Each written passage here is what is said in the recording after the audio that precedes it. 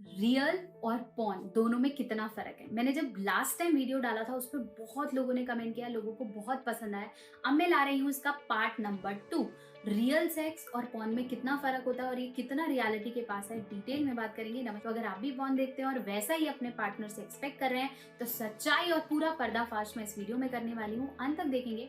Channel पे नए हैं तो सब्सक्राइब करना नहीं भूलेंगे। तो यस, हम सब पॉर्न देखते हैं और हमारा जो पहला सेक्स का स्टिमुलेशन है या फिर विजुअलाइजेशन है कैसे होता है वो हमें पॉर्न बताता है, क्योंकि हमने रियल में तो देखा नहीं होता है तो वही हमें बताता है। बट हमेशा समझिए कि वो फिल्म है, वो रियल नहीं है, उसमें क्या सच्चाई है, कितना फेकनेस है, सब बात करते हैं। सबसे पहला डाउट ये है कि जो रियल सेक्स है वो थोड़ा सा मेसी होता है, थोड़ा सा गंदा होता है। लेकिन जब आप पॉर्न में देखते हो तो बेडशीट्स भी बिल्कुल साफ है, सोफा भी बिल्कुल साफ है, कोई गंदगी नहीं है, कुछ ऐसा नहीं है। ऐसा रियल में नहीं होता। जब आप रियल में सेक्स करते हैं तो थोड़ा बहुत एम्बैरेसिंग मोमेंट भी हो सकते हैं। कभी कभार हुक नहीं खुल रहा होता, कभी कभार कुछ अटक जाता है, कभी कभार बहुत गंदगी होती है, कभी कभार may be you not find underwear बहुत ज़्यादा साफ, स्वेटिंग होती है, पसीना होता है, या फिर may be sometimes you are not comfortable with particular thing. तो ऐसा हो सकता है। Real sex can be messy, थोड़ा सा गंदा, और वही सेक्स की रियल डेफिनेशन है। ऐसा नहीं है कि भाई बिल्कुल साफ सुथरा और जैसा दिखना चाहिए वैसा ही होता है। दूसरा जो इम्पोर्टेंट है वो है ऑर्गेज़म। लोगों को लगता है कि जब फीमेल को ऑर्गेज़म आता है तो वो बहुत ज़ोर से चिढ़ती हैं, जैसे उन वीडियोज़ में बहुत ज़ोर ज़ोर से चिल्लाना होता है। एग्जैक्टली वो सच नहीं है, ऐसा नहीं होता। कई लोगों को बहुत साइलेंट ऑर्गेज़म पसंद है। कई फीमेल्स ऐसी हैं जो एक्चुअली आपको बताएंगी ही नहीं कि उन्हें ऑर्गेज़म फील हो रहा है, या कई लोग उतना ज़ोर ज़ोर से चीखते और बात करते नहीं हैं, इसलिए आपको लगता है कि अगर वो चीखी नहीं है, चिल्लाई नहीं, इसका मतलब उन्हें ऑर्गेज़म नहीं आया है। इट्स बिट नो, ऐसा नहीं होता।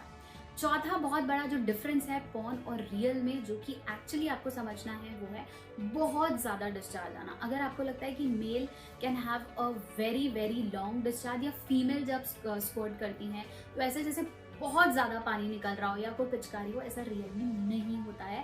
That is all fake. ऐसा नहीं होता। बहुत सारी फीमेल को स्क्वाट होती ही नहीं है। तो अगर आप ये फील कर रही हैं कि हाय मुझे तो कुछ डिस्चार्ज ही नहीं हुआ, मुझे तो स्क्वाटिंग ही नहीं हुई, उतनी ज़ोर से नहीं हुई, तो शायद मेरे पार्टनर ने मुझे ऑर्गेज़म ही नहीं दिया, या आप अपने हस्बैंड के सर के पीछे बैठ जाएं, ऐसा नहीं होता।